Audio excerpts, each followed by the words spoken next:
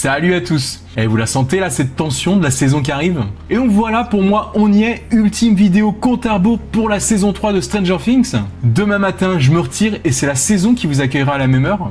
Bon, après ça, forcément, on se reverra pour le débrief, bien sûr. Tout de même, avant de laisser la place, on va revenir sur cette question cruciale. Une fin triste, rien ne sera plus jamais comme avant après. Qu'est-ce que ça veut dire toutes ces déclarations des acteurs depuis quelque temps?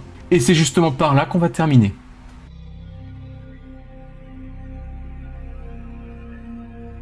Ah là là, ça me fait bizarre, un dernier enregistrement avant cette saison 3. Ouais, puis de toute façon, on se reverra très peu de temps après, croyez-moi. Donc en plus, on va peut-être parler d'un sujet sombre aujourd'hui, puisqu'on va essayer de voir un peu cette fin de la saison 3. Et c'est David Harbour qui a commencé à sous-entendre que cette fin serait quelque chose qui allait tout changer pour la suite. Nombre d'acteurs ont ensuite appuyé cette allusion, en allant même jusqu'à qualifier la fin de triste. Dernièrement, Noah Schnapp. Ce qui présageait donc un final des plus funestes. Ainsi voilà, comme je disais précédemment, on semble nous ménager à la conclusion de cette saison 3. Alors que les deux premières saisons, de leur côté, elles finissaient plutôt bien, dans la gaieté, avec peut-être juste un petit cliffhanger pour préparer à la suite, mais rien d'irréversible. On va pas y aller par quatre chemins, parce que c'est bien la mort qui pourrait être teasée ici. Et la mort d'un personnage important. Donc si on regarde du côté du jeune groupe de héros, les acteurs s'étaient amusés à sous-entendre que ce serait Dustin déjà. Ce qui pourrait en fait réfuter d'office cette possibilité, car on les voit mal nous spoiler comme ça. Mais voilà, ça pourrait surtout servir à brouiller les pistes, d'autant que Dustin risque d'avoir un rôle important de liaison entre tout le monde dans cette saison. Mike, lui, est sans doute l'un des plus importants, un peu le héros du groupe depuis le début. On suit son histoire à lui et puis à sa famille aussi, comme celle de Will, avec sa sœur Nancy. Il sort à présent avec Jane et Eleven. Oserait-il toucher à ce personnage? Parce qu'en effet, si le Mindflayer voulait atteindre la jeune fille, Mike reste son meilleur atout, c'est le point faible de la fille. C'est donc une cible de choix et ce serait un coup de tonnerre terrible dans l'histoire. En plus, si on regarde du côté de l'acteur, parce que ça aide aussi de regarder parfois au-delà du show. Il devient de plus en plus populaire, il est sollicité sur de grosses productions, comme le prochain Ghostbusters 3 par exemple, sans parler de son groupe de musique à côté. On sait que ça ne l'empêche pas de tourner Stranger Things en parallèle. Mais voilà, c'est bien celui qui pourrait peut-être tirer un avantage à se libérer de ses obligations avec la série. Voilà, c'est une possibilité aussi. Et les showrunners pourraient en tenir compte, comprenant que ça va être peut-être de plus en plus difficile de planifier un tournage avec lui. Bon ok, là vraiment je suppute. Et puis d'ailleurs, vous pouvez me dire aussi que c'est la même pour Eleven. L'actrice aussi devient de plus en plus sollicitée. Mais contrairement à Mike, elle est l'héroïne ultime de Stranger Things. Sans Eleven, il n'y a pas de pouvoir fantastique. Et puis c'est pas les autres cobayes du Hawkins Lab qui pourront compenser ça. En tout cas, l'actrice semble avoir spoilé, on sait pas trop, qu'elle ne mourra pas à la suite d'une habile question lors d'une interview. Après, on verra bien. Donc il nous reste Will et Lucas. Bon, et puis aussi Max. Concernant Will, les showrunners avaient dit qu'ils allaient le laisser un peu tranquille cette saison, après les deux premières qui avaient été plus tumultueuses pour son personnage. Et même si finalement il semble quand même pas mal investi dans cette saison 3, le faire mourir contredirait sérieusement tout ça, même si les showrunners sont du genre à changer d'idée jusqu'à la dernière minute, donc attention. Mais perso, je le verrais plutôt dans cette problématique, donc comme on disait la dernière fois, de prendre de la maturité, de changer par rapport aux autres. Eux qui vont avoir des copines et plus les mêmes centres d'intérêt. Il va donc peut-être falloir tuer le jeune Will innocent qui est en lui encore. Et peut-être que ça se fera par le symbole d'une destruction. Peut-être celle du château de son enfance. Je dis rien. Bon, désolé, là je digresse. On était où? Ah oui, Lucas. Alors lui, pour sa part, faut reconnaître qu'on n'a pas grand-chose. Si ce n'est qu'il sera en couple avec Max et que sa sœur Erika sera plus mise en avant cette saison. Et peut-être que c'est par rapport à lui que pourrait se créer la mauvaise surprise, s'il était amené à mourir. Parce que finalement on parle pas du tout de lui avec les faux spoils en ce moment. Et puis ça pourrait expliquer les larmes de Max ici. À moins qu'elle pleure en voyant l'état de Billy ou autre chose.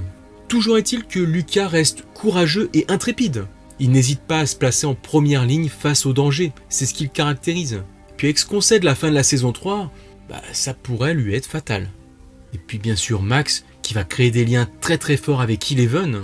Si elle était amenée à mourir, bien sûr ce serait un coup très très dur pour tous les héros, particulièrement pour Lucas et puis aussi pour Eleven bien sûr. En tout cas voilà, aujourd'hui on termine, donc je vais pas vous faire de vote, parce que j'aimerais surtout que vous me donniez directement votre opinion là-dessus en commentaire. Ce que vous en pensez par rapport à tous ces persos. L'heure est grave. Ensuite on passe au plus grand. Nancy et Jonathan, ils sont très mal barrés dans les trailers. C'est peut-être même ceux qu'on voit le plus menacés, hein, surtout Nancy qui a 2 doigts de se faire croquer le visage. Mais alors franchement, je les vois mal nous montrer la scène où elle mourra dans le trailer. Hein. Donc imaginons qu'elle va s'en sortir au moins pour le moment. En tout cas, elle comme Jonathan sont les grands frères et sœurs. Leur mort pourrait donc avoir des répercussions tragiques directes sur le groupe d'amis. Bon ok, il y a aussi Steve qui est en très mauvaise posture, à se faire injecter on ne sait quoi dans le cou. Forcément, ça ne veut pas dire qu'il va mourir, mais il risquera encore de s'en prendre plein la tête comme d'hab, hein, au minimum. Alors pour sa part, hein, il bénéficie un peu du totem d'immunité du showrunner Sean Levy, qui a bien stipulé lors d'interviews qu'il s'opposerait à la mort de ce personnage, car il l'adore. Alors, enfumage ou super protection divine pour Steve? En tout cas, ce qui est sûr, c'est qu'il va traîner avec Robin, donc elle aussi hein, pourra être menacée finalement, comme tout le reste du groupe. Mais vu que elle arrive juste maintenant dans cette saison 3, s'il y avait elle qui mourrait, ce serait clairement moins impactant. Même s'ils apprennent à nous créer de l'empathie pour elle hein, au cours de la saison. Bon, après, on est d'accord que si c'est la jeune Erika qui meurt, là, ce serait horrible de tuer une petite fille, quoi. Donc, on va passer directement aux adultes. J'avais parlé il y a quelques temps de mes inquiétudes concernant Jim Hopper. Car c'est David Harbour qui s'applique le plus à nous ménager sur la fin de cette saison. Il l'a fait à de multiples reprises déjà. Alors, est-ce que ce serait justement pas parce que c'est sa dernière saison et que ça lui tient particulièrement à cœur? En tout cas, on comprend que le personnage aura quelques conflits avec sa fille de cœur, qu'il aime pourtant.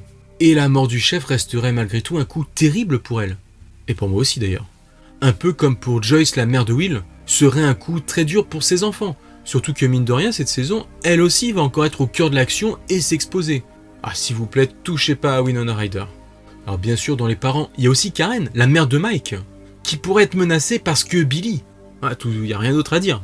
Bref, la mort de l'un des parents reste une option à ne pas négliger, pour tout ce côté qui pourrait être tragique. Puis d'ailleurs, Billy, tiens franchement, on en a déjà fait le tour, hein, je vais consacrer même une vidéo entière, il est très mal barré. Il est presque condamné, mais alors est-ce que sa mort pourrait constituer un virage pour la série? Parce qu'après tout, ça ne reste qu'une pièce rapportée, hein, qu'on l'aime bien ou pas. Donc pour que ça ait une portée assez tragique, il faudrait continuer un long travail de construction sur ce personnage cette saison. Alors voilà, là je fais juste vite fait un petit tour d'horizon. Si on pensait à la mort de quelqu'un, et il y a toujours des morts hein, dans les saisons, mais là peut-être quelqu'un de plus important cette fois. Mais après, il pourrait aussi y avoir plusieurs morts, vu l'envergure de l'attaque. Et d'ailleurs, la grande victime de cette saison pourrait être la ville d'Hawkins tout bonnement. Car si des habitants se font massacrer et que la menace de l'Upside Down devient quelque chose d'officiel, elle transformerait la ville en zone de guerre. Et c'est peut-être ça aussi qui pourrait être un tournant dans la série. Ensuite, au-delà de la mort, il existe plein d'autres façons de finir sombrement. Avec l'enlèvement, par exemple, de l'un ou plusieurs personnages dans l'Upside Down, ce qui teaserait la saison 4. Bref, ne perdons pas espoir trop tôt. Quand on regardera la saison, on découvrira si finalement c'est l'option de la mort de l'un ou de plusieurs personnages qui aura été choisi.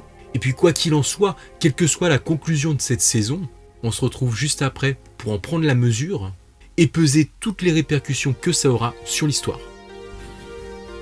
Alors voilà, maintenant, peu importe ce qu'il arrivera, s'il y a bien 5 saisons au total dans cette série, du coup fin de saison 3, on devrait se retrouver à la fin du 2e acte de l'histoire. Et c'est souvent l'acte sur lequel les héros finissent sur un coup dur dans l'histoire. La saison 4 commencera peut-être pas dans la joie et la bonne humeur comme d'habitude.